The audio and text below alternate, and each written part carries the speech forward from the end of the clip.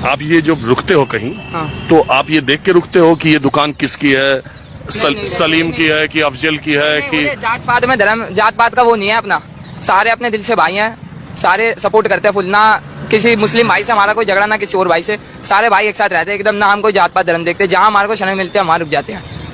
आप मान लो आपको प्यास लगी है, हाँ जी, मान लो आपको चाय पीना है और आपने देखा कि रास्ते में 3 तो इस नाम के लोग हैं, कोई दिक्कत नहीं है, बोले जहाँ पैर रुकते हैं वहीं कोई दिक्कत नहीं है। अगर पैर वहाँ रुक गए, बोले की इच्छा हुई तो वहाँ से भी पी लेंगे। वो कौन सा हमारी चाय में अपना कुछ गलत डाल के दे रहे हैं, सामने ही तो बना रहे हैं बोले चाय। ये हमारे भाई हैं, ये मुस्लिम ही हैं, ये कावड़ चला रहे हैं हमारे साथ, हरिद्वार में ना के आए हैं, ये हमारे साथ कावड़ चला रहे हैं। हमारे साथ मुस्लिम भाई हैं। क्या नाम है आपका?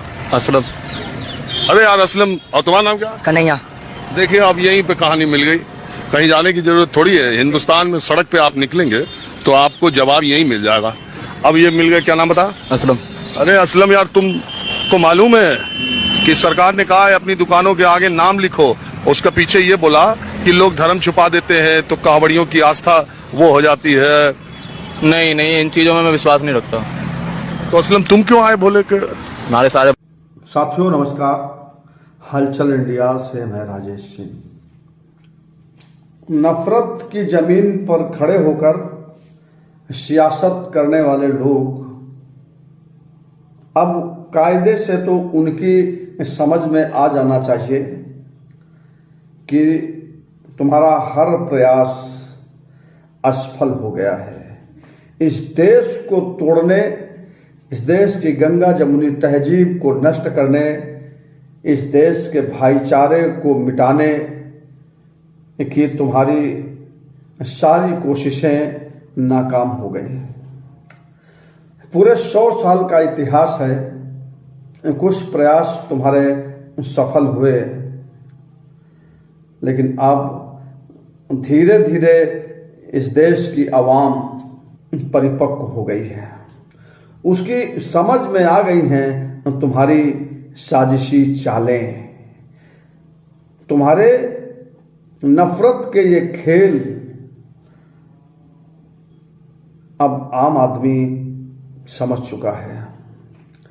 जिस तेजी के साथ, जिस उभार के साथ तुमने इस देश की तहजीब को नष्ट करने का प्रयास किया, वो इस देश की जनता धीरे धीरे समझ चुकी है। वो इस देश की आवाम धीरे धीरे समझ गई है। यह देश गांधी का है, यह देश अशफाक उल्लाह का है, यह देश भगत सिंह का है, यह देश तमाम उन लोगों का है, तमाम उन महामानवों का है जिन्होंने इस देश को गढ़ा है। एक बार नफरत के बीज बोकर तुमने इस देश के टुकड़े करवाए और फिर से वही नफरत के बीज तुम बोते चले जा रहे हो। लेकिन अब तुम्हारे ये बीज अंकुरित नहीं होंगे। अब तुम्हारे ये बीज अंकुरित होकर दरख्त नहीं बनेंगे। तुमने भारत के 2 हिस्से करवाए, तुमने गोधरा करवाया, तुमने दंगे करवाए, मंदिर और मस्जिद की राजनीति पर तुमने इस देश को बहुत नुकसान पहुंचाया।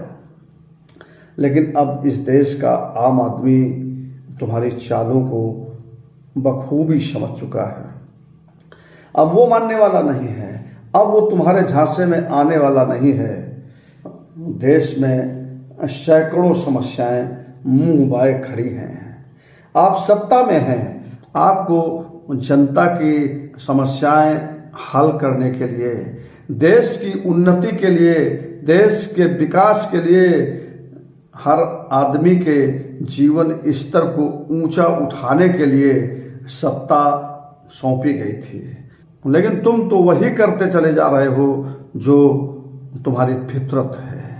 ऐसा लग रहा था जैसे पूरे देश में नफरत की हवाएं फैली हों, लेकिन ये हम सब की भूल थी। ये चंद मुट्ठी भर लोग थे जो इस देश की हवाओं में नफरत का जहर घोलने में लगे हुए थे, लेकिन अब ऐसा नहीं होने वाला है।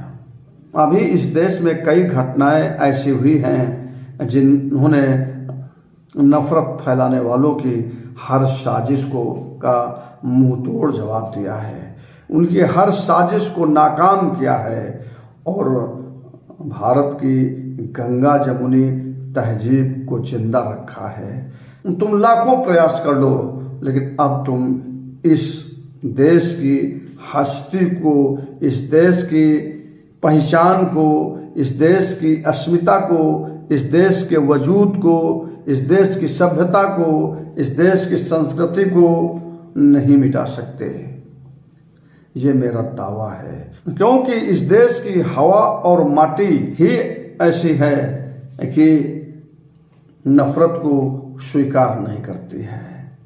नफरत फैलाने के तुम्हारे लाखों प्रयास बार बार नाकाम हुए हैं और एक बार फिर अभी हाल में कांवड़ यात्रा को लेकर उत्तर प्रदेश की योगी सरकार ने जो अल्पसंख्यकों के लिए फरमान जारी किया कि वो अपनी अपनी दुकानों पर अपना नाम और धर्म स्पष्ट करें। ये धार्मिक रूप से चिन्हित करने वाला मामला देश को बांटने का काम करता, लेकिन इस देश की आवाम ने एक बार फिर इनको मुंह तोड़ जवाब दिया है। देखिए, ये एक वीडियो है, ये कुछ लोग हैं जो कांवड़ यात्रा लेकर जा रहे हैं, इनकी बातचीत सुनिए।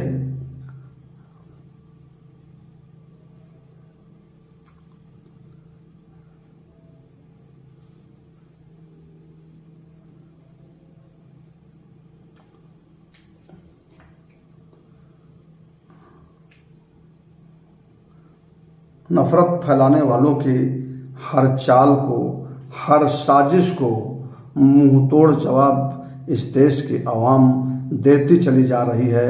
अब इनको हार मान लेनी चाहिए और झोला उठा करके हिमालय की तरफ भाग जाना चाहिए।